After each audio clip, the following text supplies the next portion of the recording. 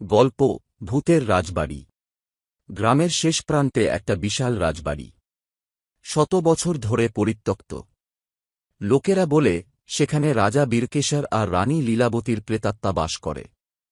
রাজা নাকি যুদ্ধে মারা গিয়েছিলেন আর রানী আত্মহত্যা করেছিলেন। তারপর থেকেই প্রতিদিন রাতে রাজবাড়ির জানালায় দেখা যায় রানীর শাড়ির আঁচল উড়ছে, আর সুর শুনতে পাওয়া যায় এক ভুতুড়ে বেহালার।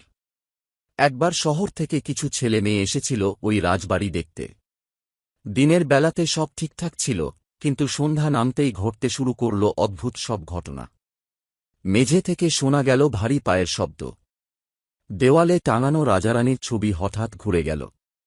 ছেলেরা ভয় পেয়ে পালাতে চাইলে দরজা বন্ধ। তখন রানীর কণ্ঠে ভেসে এল একটা কথা, যে আমার অশ্রুতে রাজত্ব গড়েছে সে কি বাঁচে কখনো? একজন ছেলের গায়ে আচমকাহীন ঠান্ডা হাতের স্পর্শ। অজ্ঞান হয়ে গেল সে।